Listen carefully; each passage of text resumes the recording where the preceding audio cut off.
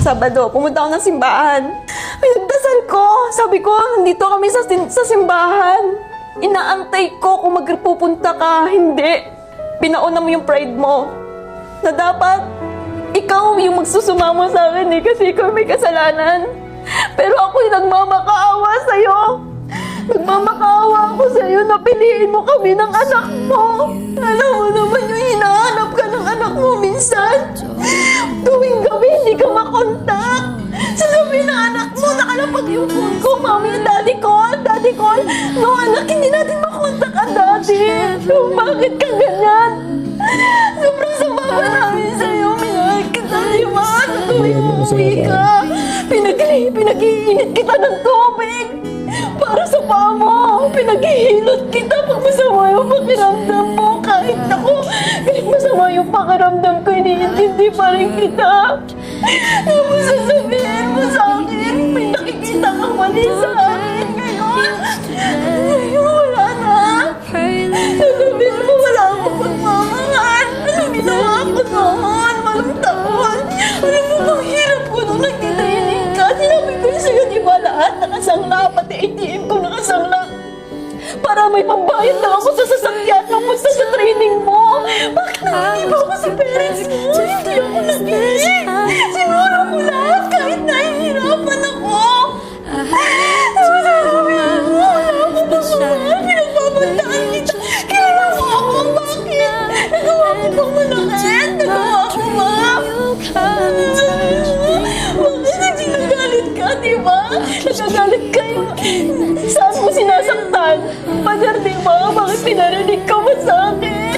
Sinabi ko ba sa parents ko? Wala akong sinasabi ni isa. Wala akong sinasabi sa kanila. Tapos ngayon sasabihin mo sa akin ganito. Ngayon may nakita kang masama sa akin. Iiwanan mo ko bigla. Sana kung sinabi mo agad. Hindi, biglaan. Nagising ko. Yun na, wala na pala. Wala ka ng pagmamahal sa akin. Sobrang mahal kita. Sobrang mahal. Nakakilala mo sa anak natin. Hindi ko.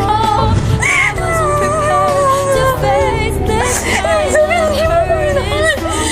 Inamit mo lang ako. Inamit mo lang ako. Time na yun. Baby, you'll just keep us giving now. My dream, you'll come and touch me. Ano sasabihin mo? Tatlong buwan mo lang nakilala yung babae. Sinabi ko sa'yo, di ba, may concern pa ako sa inyo. Sasabihin, kinonsern ko ba, nagsend ako sa atin na ganito, ganyan. Tapos concern ako sa'yo, sabi nung maraming nagsasabi na anong klaseng babae yun. Kaya gusto ko ilayo ka doon. Kahit hindi mo na ako balikan, basta may layo ka lang doon. Kasi sabi mo. Pero hindi. Concern ako sa'yo. Gusto ko tumatawag sa'yo, nagpamakaawa ako. Hindi mo ko pinalikan. Isip mo na sa'yo. Hindi maayos to. Sabi mo sa akin, lahat ng away natin, pag-uusapan natin. Hindi natin hahayaang mabuwag yung pamilya natin. Ano sabi mo? Hindi mo hahayaang mawalan ng tatay yung anak mo. Di ba sinabi mo yun? Tapos ano mo yung ginawa mo? Sasabihin ng anak mo, paglaki niya, ganyan ang tatay niya. Dahil lang sa kung ganun reason, iniwanan mo kami. Hindi ka nanindigan sa mga sinabi mo. Marami tayong plano. Ang dami nating pangarap. Hindi na natapad eh. Gusto ko lang naman sana. Nagsabi ka ng maayos sa akin, hindi mo na ako mahal. Hindi kita mapapahinga ng ganito. Nasasaktan din ako, alam mo ba? Sobrang saktan ako. Sabi ko nga sa'yo, di ba? Sana pinatay mo na lang ako. Kaysa paunti-unti ng ganito. Hindi ka na naaway. Sabi ko nga sa'yo, di ba? Sana pinatay mo na lang ako. Kaysa paunti-unti.